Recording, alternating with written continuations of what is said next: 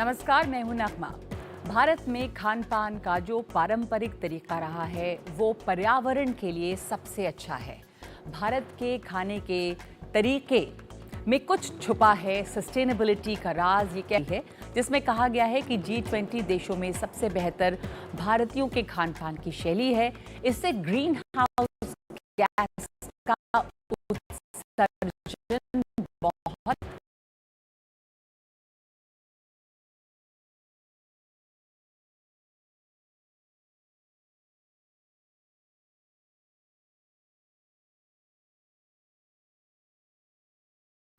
यानी कि आपके क्लाइमेट चेंज के लिए ये कम नुकसानदेह है। इस आदत से पर्यावरण को बेहद कम नुकसान होगा, ये कहना है WWF का। और ये भी कि अर्जेंटीना, ऑस्ट्रेलिया और अमेरिका के खान पान की जो शैली है वो अभी सबसे खराब है, ये रिपोर्ट कहती है। और रिपोर्ट ये भी कहती है कि अगर प्रकृति और मौसम से तालमेल रखते हुए हमारा खान पान हो तो हम सस्टेनेबल खान पान का तरीका अपना सकते हैं, यानी कि लंबे समय तक जो बिना पर्यावरण को नुकसान पहुंचाए चल सकता है। और इससे क्या होगा, ये कि दुनिया में जो खाने की डिमांड है उसके लिए जो बढ़ती हुई ज़मीन की मांग है उसे कम किया जा सकता है। इसके लिए एक हेल्दी डाइट जो है उसे स्थानीय और कल्चरल तरीकों पर ज़्यादा निर्भर होना पड़ेगा। कुछ देशों में स्थानीय खानों में शिफ्ट ज़रूरी होगा, जैसे कि भारत में हमने देखा है। मिसाल के तौर पे नेशनल मिलेट कैंपेन चलाया गया। इसका मकसद है कि भारत में मिलेट यानी जो मोटा अनाज है वो पारंपरिक और प्राचीन अनाज है, इसका इस्तेमाल बढ़ाना। ये एक ऐसा मोटा अनाज है जिस पर जलवायु का असर कम पड़ता है, क्लाइमेट चेंज का असर कम पड़ता है, इसे पानी की भी कम ज़रूरत पड़ती है। तो आइए हम लोग आज एक बार फिर जानते हैं कि हमारे पारंपरिक खाने किस तरह से मौसम और इलाके के हिसाब से अलग अलग थे, जिसमें विविधता थी और जो पर्यावरण को भी नुकसान नहीं पहुंचाते थे। क्या है अलग अलग इलाकों का पारंपरिक खाना, बढ़ती हुई बीमारियों और लाइफस्टाइल की जो समस्या है, इसमें क्या इस तरह का खान पान हमें बेहतर सेहत दे सकता है। और जब हमारे पास ये पुराना पारंपरिक खजाना है तो हम ऐसी क्या चूक कर रहे हैं, क्या भूल कर रहे हैं जो भारत डायबिटीज़ कैपिटल बनता जा रहा है, इस पर भी हम बातचीत करेंगे। तो बहुत ज़रूरी है समझना कि हम अपनी सभ्यता को, अपनी परंपरा को कहाँ पर छोड़ आए हैं। तो सबसे पहले अब आपको मैं मिलवाती हूँ कि हमारे साथ जो मेहमान यहाँ पर जुड़े हैं वो कौन कौन लोग हैं। तो आपको बता दें कि हमारे साथ रायन फर्नांडो है जो न्यूट्रिशनिस्ट हैं, बहुत मशहूर सेलिब्रिटी न्यूट्रिशनिस्ट हैं और एक से एक सेलिब्रिटी इनसे सीख लेते हैं। सोनल नायक निम्बालकर माहुरकर हमारे साथ हैं जो क्यूरेटर हैं मराठा फूड फेस्टिवल को, यानी कि मराठवाड़ा के इलाके में महाराष्ट्र में किस तरह का खान पान पारंपरिक रहा, सोनल हमें बहुत अच्छे से बता सकती हैं। डॉक्टर जगन्नाथ दीक्षित हैं, प्रोफेसर हैं BJ मेडिकल कॉलेज पुणे। क्या हमारे खान पान में छूटता जा रहा है या गलत हो रहा है, डॉक्टर साहब से जानेंगे। दुर्गा सिंह है, संस्थापक डेरा मंडावा, राजस्थान का जो पूरा इलाका है उसके खान पान उसका कैसा था। राज सेठिया हमारे साथ जुड़ रहे हैं, मशहूर शेफ़ जो बहुत सारे फूड फेस्टिवल्स को क्यूरेट करते हैं। तो आप सब लोगों के ज़रिए हम सब लोग आज ये जानना चाहेंगे कि भारत की जो पारंपरिक खान पान की शैली थी वो क्या है। सोनल, अगर एक एक इलाके से शुरुआत करें तो सोनल नायक, आप बताएं कि महाराष्ट्र का जो पूरा इलाका है, उधर जो न सिर्फ महाराष्ट्र पर पूरा जो पश्चिमी इलाका है, उसमें क्या है हमारा ट्रेडिशनल विजडम, जो हमारी परंपरा रही है, किस तरह के अनाज हम खाते हैं और कैसे वो मौसम से तालमेल रखता है। मुझे यहाँ पे बुलाने के लिए। एंड नाउ अगर मैं महाराष्ट्र के खाने का बताऊँ तो महाराष्ट्र इज डिवाइडेड, अलग अलग क्लाइमेटिक एरियाज है जहाँ पे सी शोर भी कवर होता है, सेंट्रल में थोड़ा सा ड्राई एरिया है, साउथ में जहाँ पे बारिश ज़्यादा होती है। तो महाराष्ट्र का खाना हर एरिया में अलग अलग वहाँ का लोकल इंग्रेडिएंट्स लेके तैयार किया गया है। उसमें साउथ में जाओ तो कोकोनट, फ्रेश कोकोनट का यूज ज़्यादा होता है। देन नागपुर साइड जाओ तो वहाँ पे ड्राई कोकोनट यूज करते हैं। वो अपने खाने को, स्पाइसेस को और मसाले को बैलेंस करता है। Again there is one thing कि Marathas rule quite a large area of Bharat का कवर किया है। तो उनका ग्वालियर में भी राज्य था, बड़ौदा स्टेट था, साउथ में था। तो जहां जहां गए तो मराठों ने वहां के इंग्रेडिएंट्स और क्लाइमेट को यूज करके अपने खाने में थोड़ा थोड़ा चेंज करके अपने खाने को रिच बना दिया है। तो जी। That is a very balance thing. तो मैं आपसे भी जानना चाहूंगी दुर्गा सिंह जी कि अब जो WWF कह रहा है, यानी कि जो world wide fund for nature है, कि भारत की जो खाने पीने का भारत का तरीका है वो बहुत सस्टेनेबल है, यानी कि जलवायु परिवर्तन उससे नहीं होता, वो मौसम के हिसाब से है, वो रीजन के हिसाब से है। तो ये बात राजस्थान में भी नज़र आती होगी, कैसे अपने क्षेत्र के हिसाब से और मौसम के हिसाब से क्या खान पान में बदलाव करते थे लोग, क्या है हमारी परंपरा उधर? मैं मेरे दर्शकों को और आपको एक बहुत महत्वपूर्ण बात बताता हूं कि जिनको मोटा अनाज कहा जाता है, मक्की, ज्वार और बाजरा, पूरा राजस्थान सदियों तक उन्हीं को खाता था। अब मैं कृषि स्नातक हूं और 1 किलोग्राम गेहूं उगाने के लिए जितना पानी, फर्टिलाइजर, ट्रैक्टर चाहिए होता है, उतने ही एग्रीकल्चर इनपुट्स में आप 4 किलो मोटा अनाज उगा सकते हैं। तो ये जो जेनेटिकली मॉडिफाइड मॉन्सेंटो और सब कहानी बना रही है, ये बिल्कुल गलत है। हम लोगों ने हमारे मोटे अनाज, और अब यूएनओ ने ईयर ऑफ द मिलेट कहा है, तो हमें वापस जाना ही होगा, क्योंकि उन सब फर्टिलाइजर से उत्कर्षण होता है गैसेस वगैरह का। एक बात। दूसरी बात, प्रोबायोटिक्स, जो छाछ, राबड़ी जो रोज के भोजन में होती थी। तीसरी बात, पैकेज्ड फूड हमारा सबसे बड़ा दुश्मन है। क्षमा कीजिएगा, आपके डॉक्टर मित्र आपको कंफर्म करेंगे जी। सुबह से शाम तक मेरे दादाजी क्या खाते थे और मैं क्या खाता हूं। चाय के साथ बिस्कुट, कॉर्नफ्लेक, केचप, जितनी चीजें पैकेज है प्रिजर्वेटिव से भरी पड़ी हैं। तो आपकी बॉडी तो बहुत ऑलरेडी जरूरी है ये प्रिजर्व्ड हो बताना, गई। जो आपने बोला अभी जी। ना कि हमारे दादाजी क्या खाते थे, हमारे दादा, नाना, दादी, नानी के प्लेट्स में क्या होता था, ये भी बताइए थोड़ा, हम जी। सब जानना चाहेंगे हम क्या गलत कर रहे हैं। जी, पहली बात, मैं क्षमा याचना चाहता हूं, किसी पे मैं जजमेंट नहीं कर रहा हूं। जी जी बिल्कुल। ब्रिटिश रूल से पहले हम 2 ही मील्स लेते थे, ब्रेकफास्ट होता ही नहीं था। 10, साढ़े 10 बजे, 11 बजे एक मील और 5-6 बजे एक मील। दोपहर को किसान को थोड़ी भूख लगी तो दोपहरिया कहते थे, an afternoon snack, very healthy snack. तो पहली बात तो हम 3 मील्स पे आ गए। दूसरी बात, हमने चलना फिरना बंद कर दिया। और तीसरी बात, हमने संतोष छोड़ दिया। सफलता हो गई कि बहुत पैसा होना चाहिए। We don't accept what we have. Half a glass full and half a glass empty. हम तो एम्प्टी वाले में आ गए, तो टेंशन बढ़ा दी। ट्रेडिशनल 2 मील से 3 मील्स पे आ गए, और खाते वक्त हैप्पीनेस नहीं है। हम तो फोन पे लगे हैं और कुड़ रहे हैं। So the nutritionist will say, if you are happy while eating, you digest your food. Eating it, the food is one, and digesting is another. जी। So डायबिटीज और ये सब मेंटल स्ट्रेस से बढ़ रही जी। है। तो अभी लाइफस्टाइल, आपने बहुत महत्वपूर्ण बातें कही हैं कि लाइफस्टाइल और किस भाव से आप खाना खा रहे हैं वो बहुत महत्वपूर्ण है। और हमने जो कहा जाता ना कि दूसरी जगहों से अच्छी चीज़ सीखनी चाहिए, लेकिन हमने देखा कि हमने पश्चिमी देशों से, दूसरी जगहों से तमाम बुराइयां अपना ली हैं और पैकेज फूड पर बहुत ज़्यादा निर्भरता है। हालांकि इसकी अवेयरनेस बहुत अब बड़ी है कि पैकेज फूड जो आप खाते हैं वो आपकी सेहत के लिए अच्छा नहीं है। लेकिन रायन फर्नांडो, आपसे जानना चाहूँगी कि क्या लोग ज़्यादा से ज़्यादा इसके बारे में अब जागरूक हैं, और क्या वो शिफ्ट आप देख रहे हैं? आप इतने सारे सेलिब्रिटीज़ को, विराट कोहली हो या अनुष्का शर्मा हो या तमाम आपके लोग हैं लिस्ट में जिनको आप एडवाइस करते हैं, कैसे सस्टेनेबल खाने को हम हेल्दी भी बना सकते हैं? नाम सीक्रेट ये जो है कि जो सेलिब्रिटी, इंडिया का 2 पॉपुलेशन होता है, जो सेलिब्रिटी का पॉपुलेशन होता है या जो उनका शरीर का देखभाल करने का है। दूसरा पॉपुलेशन वो धंधा कर रहा है, बिजनेस कर रहा है, नौकरी कर रहा है।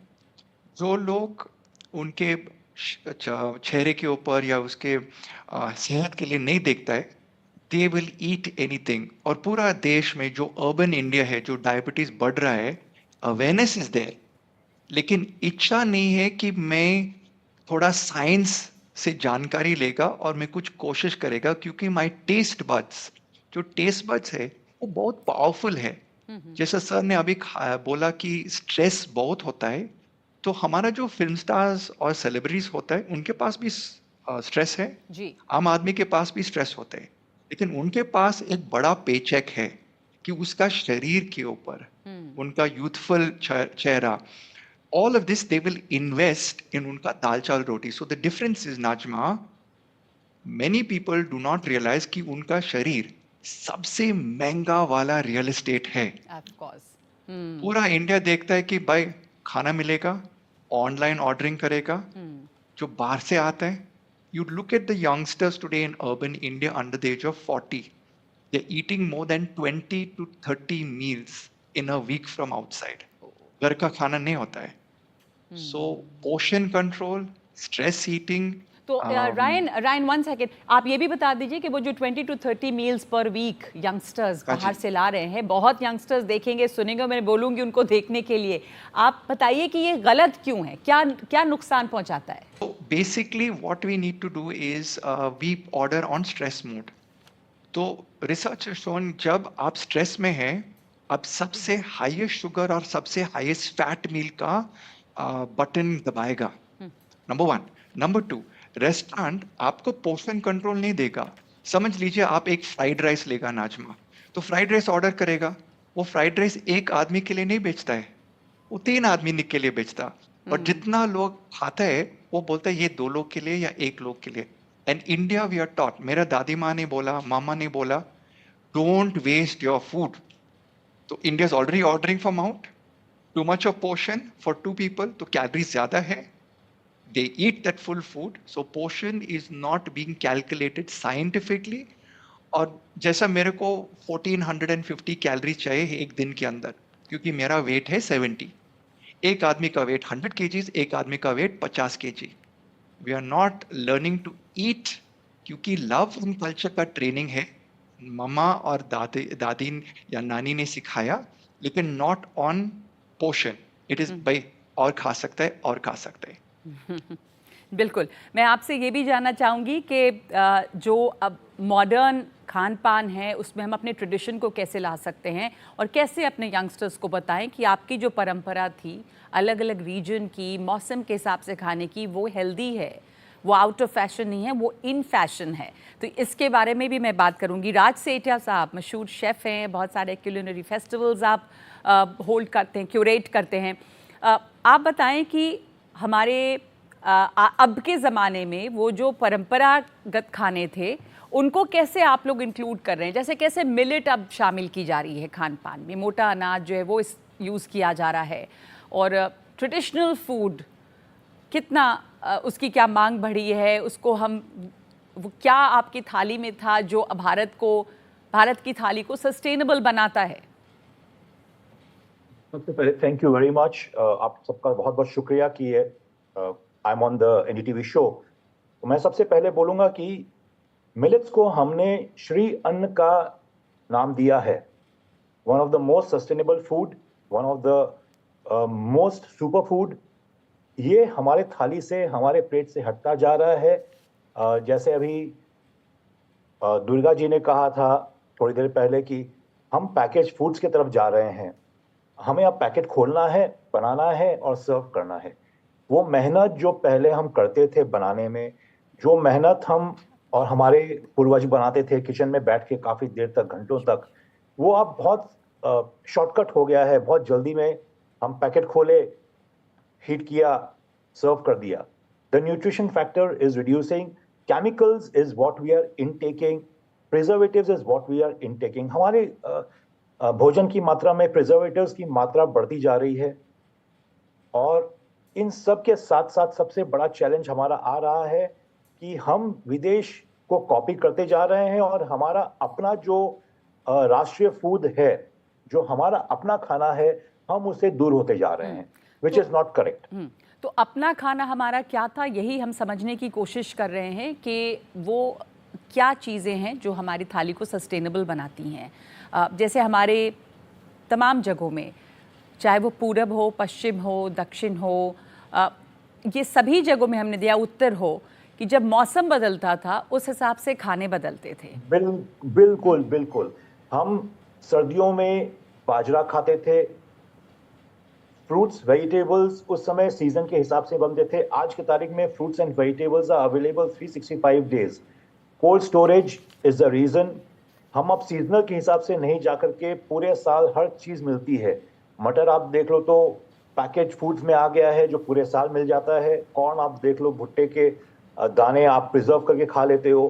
तो ये सब जो है कहीं ना कहीं हमें, इसलिए इम्पोर्टेंट ये भी जानना है कि जो आपके इलाके में उगता है अगर वो खाएं तो उस मौसम में जो उगता है वो ही खाएंगे। पुष्पेश पंत जी भी हमारे साथ जुड़ गए हैं, मैं उनके पास जाना चाहूँगी। Pushpesh Pant ji food expert, food historian हैं, जिन्हें अलग अलग रीजन की जो फूड प्रैक्टिसेस थी उसके बारे में बहुत ही बेहतरीन जानकारी रखते हैं। पुष्पेश पंत जी, जो भारतीय पारंपरिक थाली थी अलग अलग इलाकों की, चाहे वो पहाड़ों की हो या वो दक्षिण की हो, उत्तर की हो, वो सस्टेनेबल कैसे थी? अगर आप हमें बता पाएं, मौसम के हिसाब से हमारे त्योहार भी, पर्व है, व्रत है, वो तमाम चीज़ें कैसे थीं जो सस्टेनेबल बनाती थीं? मेरे ख्याल में सेठिया साहब जो बात कह रहे थे वो ध्यान में रखने लायक है। उन्होंने कहा कि जाड़ों में हम बाजरा खाते थे। अब मेरी उम्र लगभग 78 वर्ष की है। मुझे याद नहीं आ रहा है कि कब जाड़ों में लोग बाजरा खाते थे नियमित रूप से, क्योंकि खाना होता है एस्पिरेशनल। जब से खाना गेहूं की रोटी और पॉलिश चावल खाना शुरू हुआ तो जो लोग बाजरा भी खाते थे उनकी इच्छा ये होने लगी कि हम लोग बाजरा छोड़ के ये चीजें खाएं। तो मुझे लगता है कि मेरी जानकारी में, मेरी याददाश्त में पिछले 25-30 वर्ष में तो जाड़ों में कोई बाजरा घर में नियमित रूप से खाता बड़ा कठिन है। हरियाणा में खाते थे, राजस्थान में खाते थे, जहां बाजरा साल भर खाया जाता है। उसकी गर्मी में भी तासीर अच्छी है, जाड़े में भी तासीर अच्छी है। हम बाजरे की रोटी भी खाते थे, बाजरे की खीर भी खाते थे, बाजरे की खिचड़ी भी खाते थे। पहाड़ों में क्या ट्रेडिशन रहा पुष्पेश पंत जी पारंपरिक तरीके से? पहाड़ों में नगमा जी मडुआ खाया जाता था, वहाँ बाजरा तो होता नहीं है, जो रागी वहाँ मडुआ खाया जाता था, जिसको आप रागी कहते हैं, फिंगर मिलेट्स कहते हैं। और इसी की तरह की पारंपरिक जो मडुआ रागी खाने की परंपरा है, होलिगे खाने की, मुड्डे खाने की, वो कर्नाटक में है, जिन्होंने अपना खाना कभी छोड़ा नहीं है। मगर ये चीज हमको याद रखनी चाहिए कि ये आज से 30-35 वर्ष पहले की बात है। जब तक प्रधानमंत्री ने इसको श्री अन्न का दर्जा नहीं दिया था, लोगों को अपने मोटे अनाज की याद नहीं रह गई थी। अब आज एकाएक सबको मोटे अनाज की याद आ रही है। तो हमारी जो और सेठिया साहब ने एक बड़ी अच्छी बात और कही थी। उन्होंने कहा था कि दादी माँ जो हमको खाना खिलाती थी, भाई खाए जा, जितना खा सकता है उतना खा ले। ये बात न्यूट्रिशनिस्ट साहब ने भी कही थी जी, रेहान फर्नांडो ने, हाँ। कि जो हम लोग खाना जितना हमारे लिए वाजिब है, क्या हम उतना ही खा रहे थे? या दादी नानी ये मानती थी बेटा खा सकता है थोड़ा और खा ले। उस जमाने में बच्चे खेलते कूदते थे, आज वो स्क्रीन पे चिपके रहते हैं। तो वो जो उनको कैलोरी का इंटेक चाहिए वो शायद दादी नानी की कहानी वाला नहीं है। मगर आजकल बच्चे भी समझदार हैं, वो खाना वो पसंद करते हैं जो उनकी हेल्थ के लिए, वो अपने लुक्स के बारे में भी बड़े कॉन्शियस हैं कि हमारा पेट तो नहीं बढ़ रहा है, हमारी चर्बी गालों के नीचे डबल चिन तो नहीं आ रही है। तो मुझे लगता है नगमा जी बच्चे उतने बेवकूफ नहीं है जितना हम उन्हें समझते हैं। मेरी चिंता जो है वो एस्पिरेशनल खाने को लेकर है। और जो पैकेज फूड की बिजनेस है उसमें जो न्यूट्रिशनिस्ट है, मैं किसी न्यूट्रिशनिस्ट की जिक्र नहीं कर रहा हूँ, फर्नांडो साहब ने बहुत तर्कसंगत बातें कही हैं, मगर कोई चीज खाने में एकदम एकाएक सुपर फूड बन जाती है कोविड के बाद से। तो अब हम चाहते हैं कि किनोआ है तो हम किनोआ सलाद खा रहे हैं, हमको अपना मोटा अनाज क्यों नहीं याद आ रहा है? जहां हम ज्वार खाते थे, जहां हम बकवीट खाते थे, उसको छोड़कर हम विदेशी श्री अन्न खाएं। और जो इन्होंने कहा कि हमारी एक राष्ट्रीय थाली की बात की, राष्ट्रीय थाली नाम की तो कोई चीज हिंदुस्तान में है ही नहीं। या तो दक्षिण भारत की तमिल थाली है, राष्ट्रीय थाली नाम की कोई चीज नहीं है, अलग अलग रीजन की अलग अलग थालियां हैं। तो एक छोटा सा ब्रेक ले रहे हैं और वापस जरूर लौट के आइए। आपके फायदे की बातचीत हो रही है, कैसे आप अपने डायबिटीज को रोक सकते हैं, क्या हम अपने खाने पीने में गलत कर रहे हैं।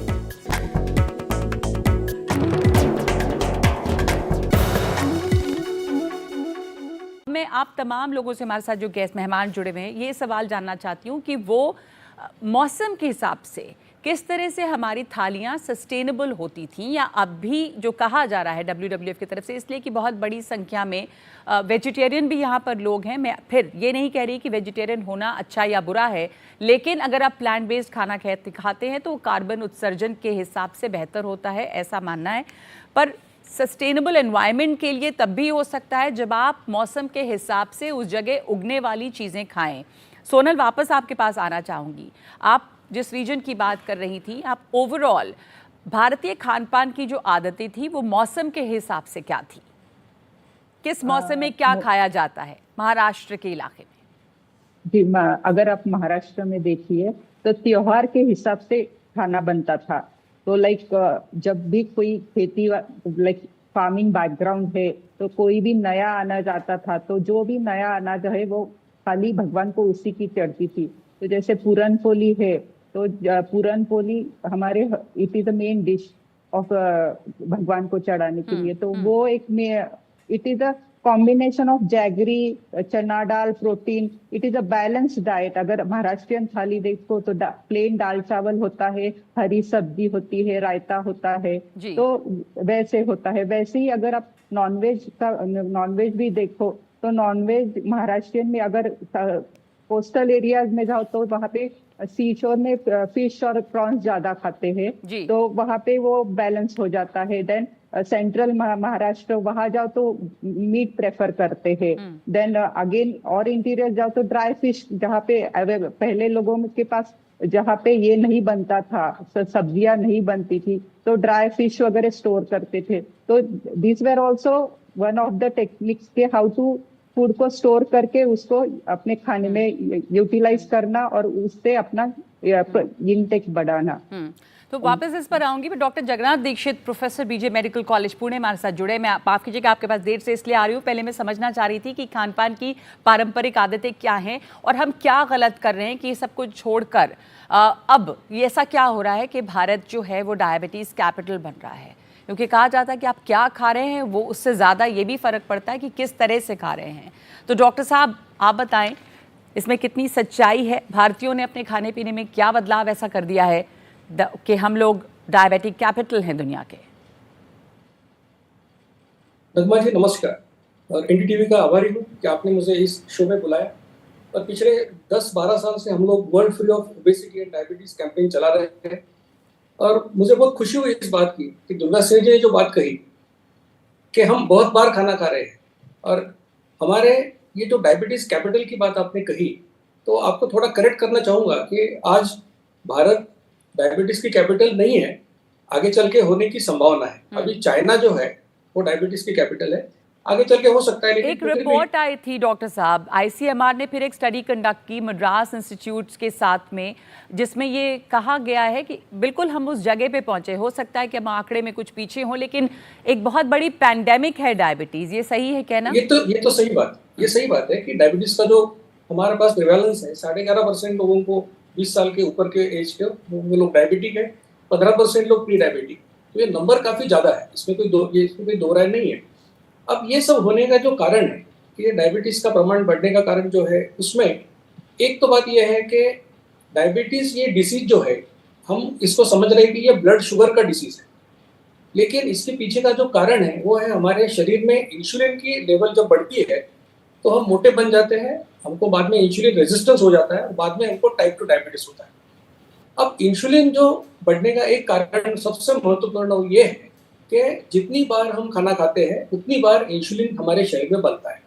इसलिए संतों ने जो कहा था कि जो एक बार खाता है वो है योगी, 2 बार खाता वो हमारे जैसा भोगी, और 3 बार खाता वो है रोगी। अगर 3 बार खाने वाला रोगी है तो 10 बार खाने वाला व्यक्ति महारोगी होने वाला है। बिल्कुल। तो यही हम देख रहे हैं कि बार बार हम लोग खाते हैं। अब हमारे एक तो हम खाना ज्यादा खाते हैं, ज्यादा बार खाते हैं, और फिजिकल एक्सर्शन एकदम हमारा कम हो गया है क्योंकि फैसिलिटीज बहुत आ गई जी। तो पहले 8-10 किलोमीटर चलते थे जी। साइकिल और क्या खाते हैं उस पर भी निर्भर करेगा। क्यों कहा जा रहा है कि भारतीयों के खान पान में प्रोटीन कम है, तले हुए खाने, पैकेट से निकले हुए खाने, उसी से ये बात आती है कि परंपरागत तौर पे हम क्या खाते थे और हमारा खाना पीना कैसे बदल गया। क्योंकि हमारे खाने में क्या है कि कार्बोहाइड्रेट्स की मात्रा ज्यादा है, बहुत ज्यादा है, मतलब 80-85% हम लोग कार्बोहाइड्रेट खाते हैं। तो हमको कार्बोहाइड्रेट कम करना पड़ेगा और प्रोटीन बढ़ाना पड़ेगा, ये एक बात। दूसरी बात यह है कि अगर आपको याद होगा कि पिछले हमने स्टोरीज में हम सुनते थे कि जब राजा को लड़का हुआ तो हाथी पर से शक्कर बटी, ये थी सिचुएशन। और आज हमारे घरों में हमारे खाने में इतना मीठा हो गया है, शक्कर है, गुड़ है, शहद है, ये सब इतना बढ़ गया है कि, और ये जो पैकेज फूड है जी उसमें भी शक्कर ज्यादा होती है, सॉल्ट ज्यादा होता है, फैट ज्यादा होता है। जी तो ये खाना हमारा बदलने से जी आपके पास हमारे ये सब प्रॉब्लम जी आपके पास मैं फिर आऊंगी ये भी जानने के लिए। बहुत सारे लोग जानना चाहेंगे, मैं जानती हूँ डायबिटीज़ कैपिटल हम भले होने वाले हैं, हुए ना हो, लेकिन ये जानना चाहते हैं कि प्री डायबिटिक्स भी क्या खाएं। और आपका जो डाइट प्लान है वो तो इतना ज़्यादा मशहूर है और आपने इतने लोगों को इस बीमारी से निजात दिलाई है। पर आप जो अभी कह रहे थे कि प्रोटीन ज़्यादा करना है और कार्बोहाइड्रेट कम है, वो हमेशा से तो ऐसा नहीं था भारतीय खाना। रायन फर्नांडो, क्या बदला है और जो हमारे ट्रेडिशनल फूड हैं उनसे हम प्रोटीन कैसे कंज्यूम कर सकते हैं कि ऐसा ना हो कि सिर्फ उस चीज़ को सुन के लोग प्रोटीन शेक्स पीने लग जाएं। पर हमारे खान पान में किन चीज़ों में आप बताएंगे प्रोटीन है हमारे ट्रेडिशनल खाने में? Najma, 2 points over here. एक पॉइंट जो है, हमारा पुराना वाला जो डाइट है वो प्रोटीन में कमजोर नहीं है। The Indian genes has been created over millennia of evolution to consume a carbohydrate diet. Problem ये है कि हम लोग ज्यादा खा रहे हैं और कम मूवमेंट कर रहे हैं। तो जो प्रोटीन वाला जो इंडस्ट्री है, जो प्रोटीन पाउडर्स बेचने का है, ये मीडिया में फैलाता है कि हमको ज्यादा प्रोटीन लेने का है। Normal Indian foods of pulses and legumes, I agree, is 10 to 15% of protein. Chana, rajma, lobia, kuttu, sattu, all of these have 10-12% of protein in it. लेकिन जब हम लोग खाना खाते हैं, पुराने जमाने जैसे सर ने कहा कि 2 मील था, इंडिया के लिए, जेनेटिक्स के लिए 2 मील काफी है। But with the British, we began to eat 5 meals because of industrial revolution. तो फैक्ट्री में काम करने के लिए आपको हर बार चाय या कॉफी, दूध और ज्यादा चीनी के साथ लेने का, एनर्जी मिलने के लिए, काम करने के लिए। अभी हम सब लोग डेस्क जॉकी है, तो हम डेस्क जॉकी बॉडी का इस्तेमाल नहीं यूज करते, ब्रेन, इसलिए हम चेस चैंपियन बनाते हैं लेकिन ओलंपिक्स में ज्यादा चैंपियंस नहीं बनता है। Because India has the brain power. And if you see, rural India doesn't have the high diabetes like urban India. तो मेरा एडवाइस है, हमारा डाइट का प्रॉब्लम नहीं है। इट्स लाइक दिस, आप हाईवे के ऊपर जा रहे हैं, 80 किलोमीटर्स इज द स्पीड, सब लोग 80 के ऊपर जाते हैं। जब कैमरा लगाता है तो सब लोग 80 के नीचे चलाते हैं। We need to do blood test in urban India. और जब आपको मिलेगा हाई शुगर लेवल, आपको थप्पड़ मिलेगा, then you will change your diet to eat less carbohydrate. That is what we need to do. तो कैसे एक बैलेंस डाइट पहले थी, अभी क्या है बैलेंस डाइट? कैसे सिंपल मेजर आम आदमी के लिए, ईट योर हार्ट्स कंटेंट। आपके दिल का साइज क्या है, इतना। तो समझ लीजिए, आज में इतना industrial revolution, agricultural revolution, storage, we are eating 3 times the portion in each meal. तो जो आपका चावल है या आपका रोटी है, पहला जमाने में मम्मी ने बोल रहे कि और एक लो बेटा, please have more. In today's world, mummies and daddies should see the weight of their children. Look at the ICMR research on children. Yeah. 10% of the under 19 year of children are pre-diabetic already. इसका मतलब mummy daddy उनको ज्यादा तरीके से feed कर रहे हैं. The parents of 1950 to 1990. ज्यादा फीड कर रहे हैं या गलत भी फीड कर रहे हैं? आप पैकेज फूड अगर आप खाते हैं बैठकर, और आप अगर जैसे आपने भी बताया था ऑर्डर करते हैं, या आप टीवी देखते देखते अपने पैकेट से निकाल के कुछ भी जंक खाते रहते हैं? Ma'am, you are absolutely right. क्योंकि क्या होता है, diabetes is lesser in the high income groups because उनके पास अभी अवेयरनेस आ रहे हैं, उनके पास डिस्पोजेबल इनकम है. सो दे सेइंग, अरे भाई ये तो पैकेट फूड है, हमको नेचुरल लेने का है. लेकिन lower income and middle class of India is being conned by a lot of the food manufacturers. जी जी जी. बिस्किट्स के अंदर चीनी. इंडिया में एक बेबी फूड फॉर्मूला में चीनी लगाया, क्यों भाई? यूरोप में नहीं होता है. इसका मतलब है government has to put a gun to the head of the manufacturers कि भाई हमारा पॉपुलेशन का देखभाल करने का है. जिसके पास ज्यादा पैसा नहीं, वो चावल रोटी मतलब टाइम नहीं होता है उसको खाने के लिए, तो एक बेकरी के पास जाएगा, केक खाएगा, बिस्किट खाएगा, छोटा वाला बेल खाएगा. मतलब ये चीज के अंदर 3 4 5 बार ले जाना। जी जी जी, आप उनको बिस्किट चाय खिला दें और आप उनको बिल्कुल डायबिटिक बना दें, क्योंकि बिस्किट्स जो है वो आपको 10 रुपए में पैकेट अगर मिल जा रही है और आप चाय में के साथ खा रहे हैं तो आप सिर्फ और सिर्फ मैदा और शायद पाम ऑयल और आप चीनी खा रहे हैं। तो ये जानना ज़रूरी है। दुर्गा सिंह जी, जो हमारी मिडिल क्लास है, जो हमारी गरीब तबका है, उनके लिए ऐसा नहीं है कि अच्छा खाना अवेलेबल नहीं होगा। आप बताएंगे कि क्या खाना खाएं तमाम लोग, जो ऐसा नहीं कि पैकेट से निकाल के ही खा सकते हैं। मुझे पता है भी एस्पिरेशनल खाने की बात पुष्पेश पंत जी ने की थी, तो ये एस्पिरेशनल है, पर ये बताना ज़रूरी है कि ये आपके लिए अच्छा नहीं है। जी, picking up from what Dr. Jagannath Dikshit said and what Pant Saab said and what I said at the beginning, खाना खाना एक चीज है, पचाना एक अलग चीज है। Exercise gone. पंत साहब ने कहा कि युवा लोग बेवकूफ नहीं है, मैं कहता हूं वो पक्के बेवकूफ हैं, क्योंकि अभी जो फर्नांडो साहब ने कहा वो तो वो समझ ही नहीं रहे, तो बेवकूफ हैं। क्या बेवकूफी? देखिए, हमारे यहाँ डेजर्ट खाने का परंपरा ही नहीं थी। दिवाली होली को कोई मिठाई बनती थी, कोई शादी में जाए तो इंतजार करते थे आज मीठा खाने को बनेगा। आज मेरे खुद के घर में मेरी पोतियां पूछती हैं, पोतियां व्हाट इज फॉर डेजर्ट?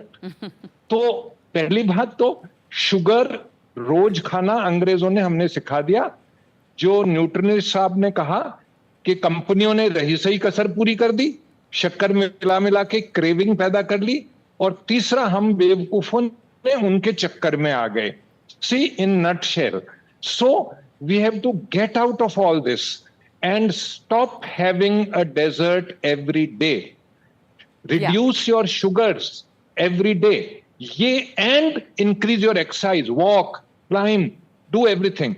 तो फोर्थ, मिडिल क्लास को इस प्रोटीन पैकेज और ये न्यूट्रिशन के विज्ञापनों से भगवान और सरकार दोनों मिलें तब बचाए। खाली सरकार भी नहीं बचा सकती है और अकेले भगवान भी नहीं बचा सकते हैं। जी जी, पुष्पेश पंत जी, जो बात कह रहे हैं दुर्गा सिंह जी, आप उस पर कुछ जोड़ना चाहेंगे? साथ ही मैं आपसे ये भी जानना चाहूँगी, मैं बार बार इस बात पे जा रही हूँ कि हमारा खान पान ख़राब नहीं था, गलत नहीं था, पर over a period of time, चाहे वो इंडस्ट्रियल रेवोल्यूशन हो, ब्रिटिश हो, बाद में सरकारें हो, इंडस्ट्री हो, मिलजुल कर ये हो गया है कि आपको बिस्किट्स और आपको मिठाई खिलाया जा रहा है।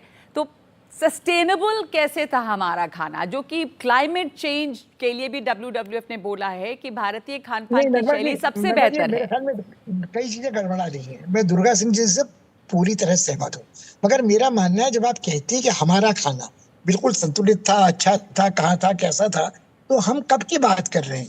हम पिछले 25 साल की बात कर रहे हैं, 21वीं सदी की? हम जाहिर है कि 50 साल से पहले की बात कर रहे हैं, कम से कम। नहीं, हम 50 साल से पहले की बात आज क्यों कर रहे हैं? आज भारत की जो 1.5 अरब आबादी है, उसका 50 से 60% हिस्सा 18 वर्ष से कम उम्र का है। नहीं, मगर तो वापस तो बताएं कि क्या था पहले जो बेहतर था और अब नहीं है। रोनाल्डो साहब ने कहा कि रूरल इंडिया और अर्बन इंडिया, सोशल क्लास का फर्क करना बहुत जरूरी है। और जो एस्पिरेशनल खाना है, जो बच्चे अब तक निम्न मध्यवर्गीय थे, जब वो कमाने खाने लगते हैं तो उनकी इच्छा होती है वो भी पिज्जा खाएं, हैमबर्गर खाएं, it's a peer group pressure. तो मेरे ख्याल में जो रोनाल्डो साहब कह रहे हैं उनसे मेरा मतभेद बिल्कुल नहीं है कि जो बिग बिजनेस है वो बेवकूफ बनाने में विज्ञापन के जाल से हमारे ऊपर लगी रहती है, और पीयर ग्रुप प्रेशर को रेजिस्ट करना बड़ा कठिन होता है। ठीक है, तो वक्त एक छोटे से ब्रेक का। हम ये जानेंगे कि क्यों आपके लिए मौसम के हिसाब से खाना खाना और आप जिस इलाके में रहते हैं वहां पर होगा खाना खाना बेहतर है, इस ब्रेक के बाद।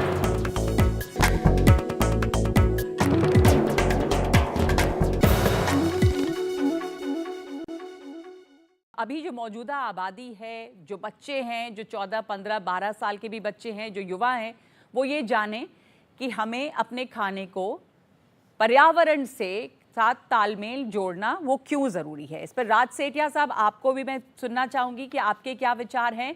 रीजन स्पेसिफिक फूड, जो मौसम स्पेसिफिक फूड, कि किस मौसम में क्या उगता है, इसका पहले बहुत ज़्यादा महत्व था। 25 साल पहले भी शायद था, 30 साल पहले भी, कि गोभी कब मिलेगी, मटर कब मिलेगा। अब सालों भर सब कुछ मिलता है और अब सब खाते हैं। और वो क्यों सस्टेनेबल नहीं है? क्योंकि वो बहुत दूर से आता है और इस तरह से आप क्लाइमेट चेंज में ऐड करते हैं। राज सेठिया साहब, जो चीज आप पूरे साल की बात कर रहे हो, गोभी है या कोई भी फल है, सब्जी है, उसका मेन कारण है कोल्ड स्टोरेज, प्रिजर्वेटिव हाइब्रिड वे से बनाना उनका आज पहले हम देखते थे तरबूज लाल होता था, अब पीला भी मिलता है.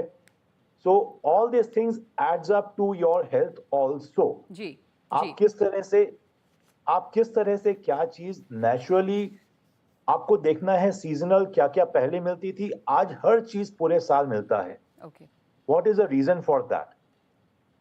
सीजनल तो रहा नहीं कोई भी चीज. अब पूरे साल चाहे आप मटर ले रहे, जैसे हमने पहले ही बताया था कि फ्रोजन मटर अवेलेबल है, कॉर्न अवेलेबल है, गोभी पूरे साल मिलती है, ब्रोकली पूरे साल मिलती है.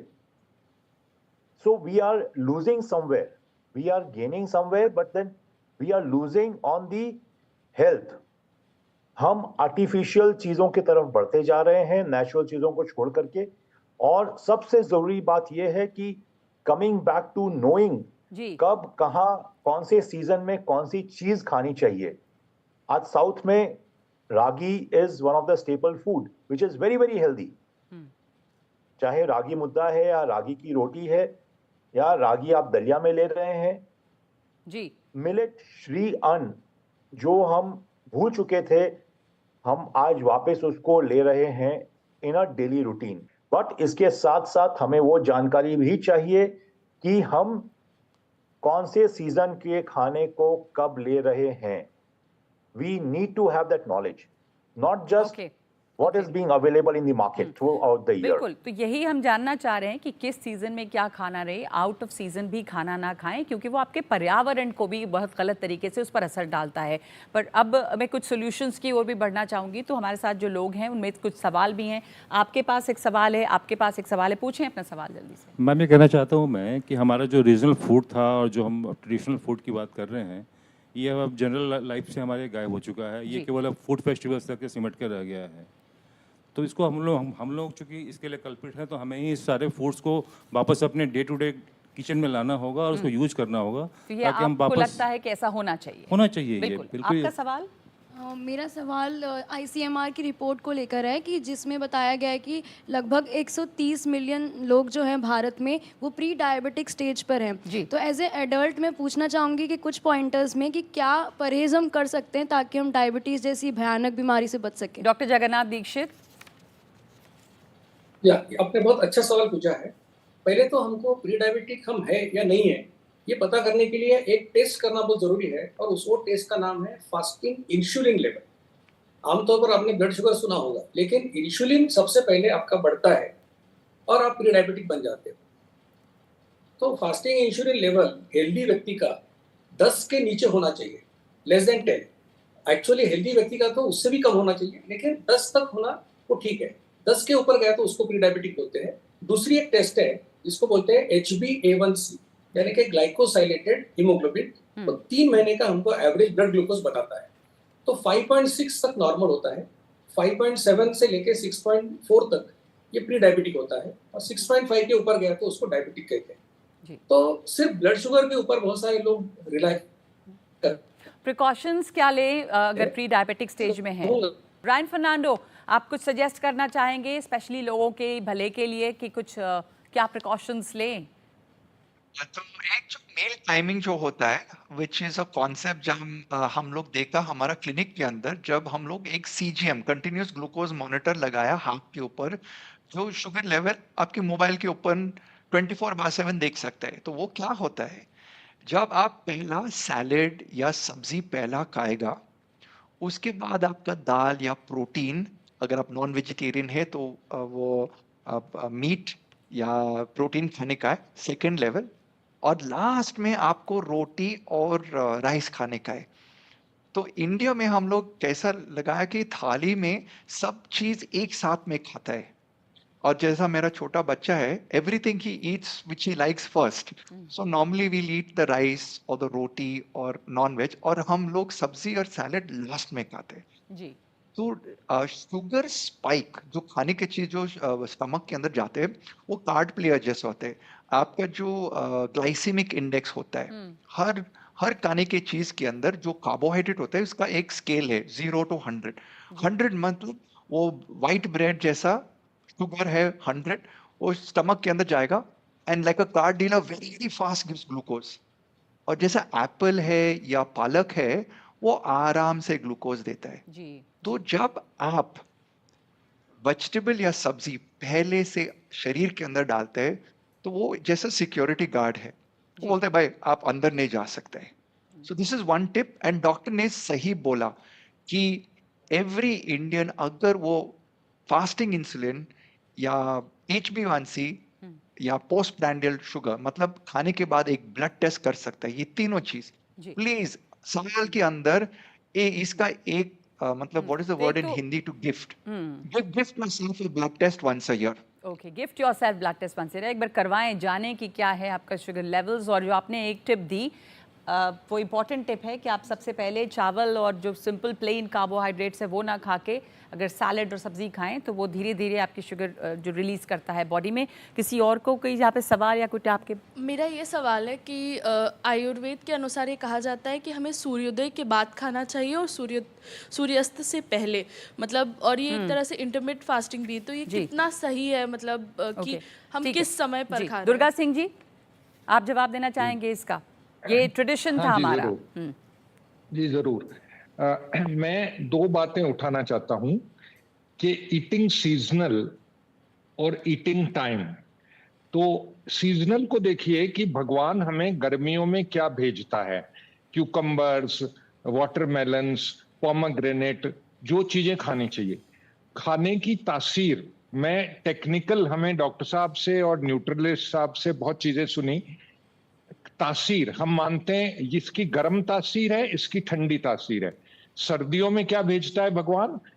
तिल, फ्लैक्सीड, ये सब चीजें जिनकी तासीर है। अब बात रही टाइमिंग की। अगर हम सूर्योदय और सूर्यास्त को मानेंगे जैसे हमारे जैन बंधु मानते हैं तो हमें उसको हजम करने का समय मिलेगा।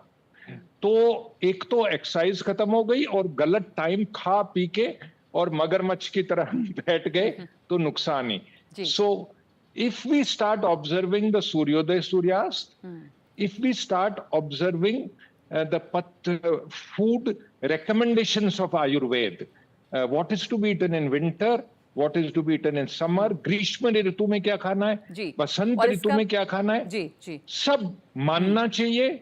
और आप देखिए आपको स्वस्थ मिलेगा ही, डायबिटीज परास्त होगी ही। ये जानने का है कि आप जहां रहते हैं उस जगह पे उस मौसम में क्या उगता है। तो भारत की थाली किस तरह से निराली है या निराली थी, इस पर ये बातचीत जारी रखेंगे इस ब्रेक के बाद।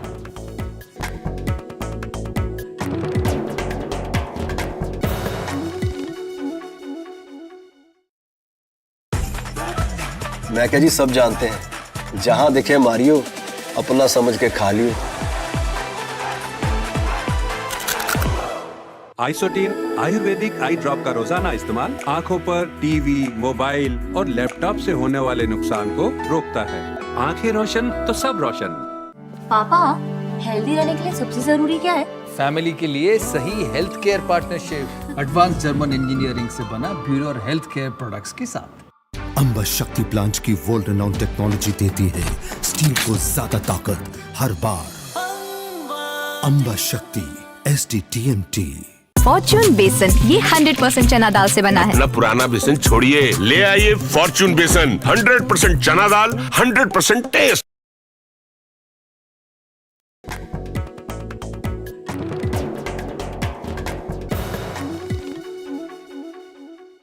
तो जाहिर है कि प्रकृति जो आपको दे रही है आप उस हिसाब से खाएंगे। मैम, आप भी एक सवाल पूछना चाहती हैं जल्दी से? मेरा सवाल प्रिजर्वेशन के ऊपर है।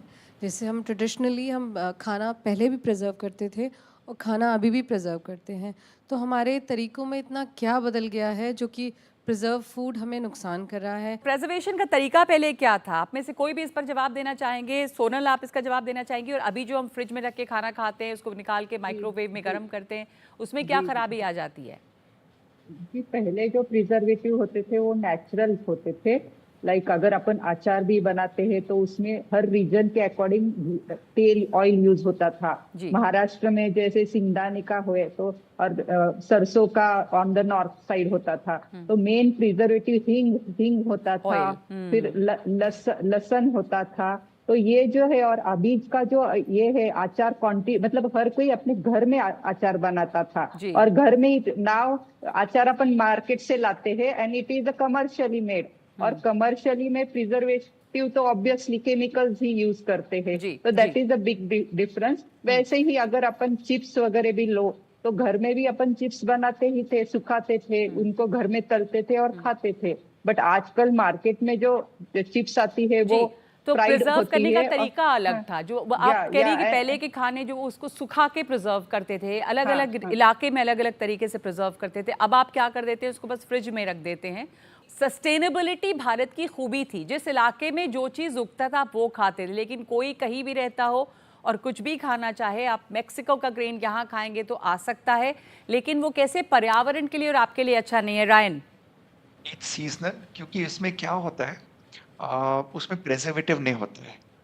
जब कोई फूड प्लास्टिक पैकेट के अंदर आता है तो इसका मतलब है उसके अंदर प्रेजर्वेटिव होता है।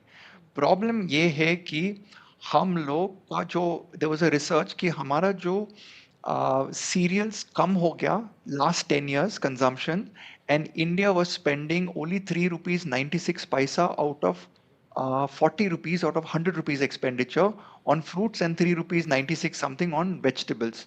तो मेरा सोच है कि ग्लोबल जो इम्पोर्टेड वाला चीज आते है या फॉरेन ब्रांड जो आते हैं बहुत महंगा वाला चीज होता है। जैसा गेहूं होता है, गेहूं was made to feed starving people in India with Monsanto's hybrid wheat, which is not good for our gut. I've written a book called Wheatless, and how it is causing so many autoimmune disorders because our traditional grains are very good. तो traditional rice, traditional millets और जो पपली वाला wheat वो ही खाने का है। And simple logic, madam, India is eating too much today. आप खाना 6 बजे के पहले बंद करो। In the evening, we are eating at 10:30, 11. Less sleep.